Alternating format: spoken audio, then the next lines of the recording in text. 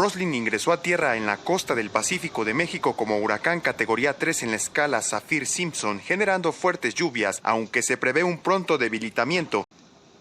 El huracán alcanzó tierra en las inmediaciones de la localidad de Santa Cruz, municipio de Santiago Ixcuintla, en el estado de Nayarit, con vientos máximos sostenidos de 195 kilómetros por hora.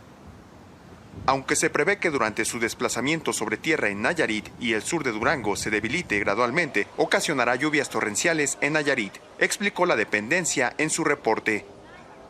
El organismo alertó que las precipitaciones que acompañan a Roslyn podrían ocasionar deslaves, incremento en los niveles de ríos y arroyos, así como desbordamientos e inundaciones en zonas bajas de la región.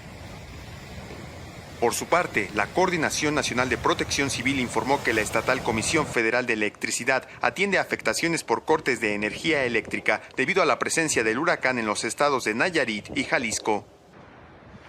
Las autoridades recomendaron a la población seguir las indicaciones de precaución, además de convocar a la navegación marítima a extremar precauciones por condiciones de vientos fuertes y oleaje en zonas costeras.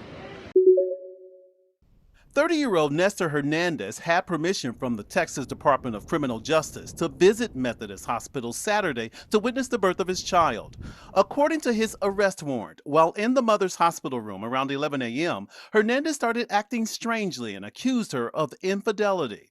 The warrant goes on to say, after he began searching the closet and bathroom, Hernandez pulled out a handgun and struck his baby's mother in the head multiple times, and then told her, "We are both going to die today, and whoever comes in this room is going to die with us."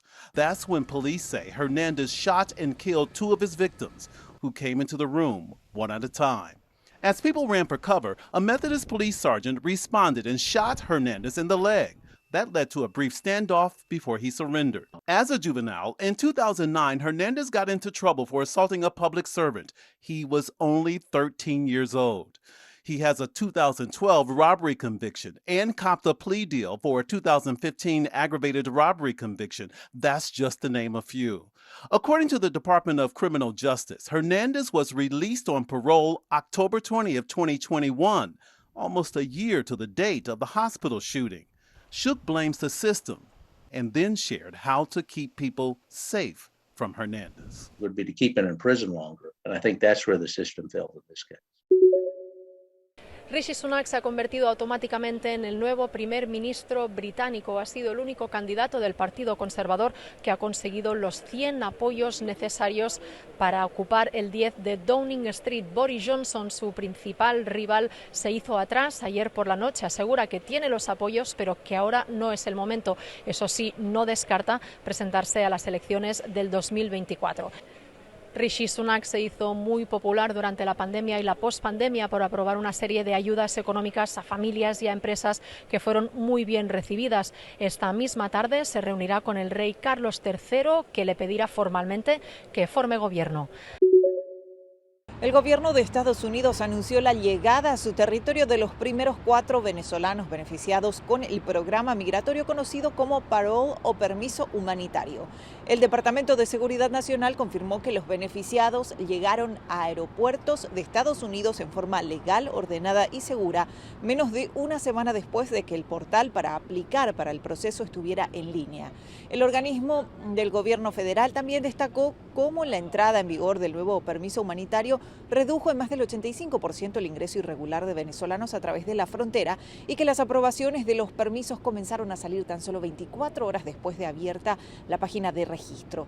De acuerdo con el Departamento de Seguridad Nacional, cientos de individuos venezolanos revisados y aprobados pueden ahora reservar su propio viaje para venir a Estados Unidos, expresa el comunicado de dicho organismo federal. Desde Washington informa Belén Mora de La Voz de América para Telearuba. Un tiroteo ha vuelto a reportar nuevo ordinainta na St. Louis High School na Missouri, Merca, onde 3 personas ha fallecido y por lo menos 8 estudiantes ha resultado heridos. Durante una conferencia de prensa, jefe de policía ha comentado que el sospechoso estaba teniendo 20 años de edad y otras 2 víctimas son un adulto femenino y un joven femenino. Además, ha informado que ahora el tiroteo ha comenzado, estudiantes han comenzado a correr para salir de la escuela, así va de un lugar más seguro. Padre Noticia, Mita Fabiana Ángela Hernández.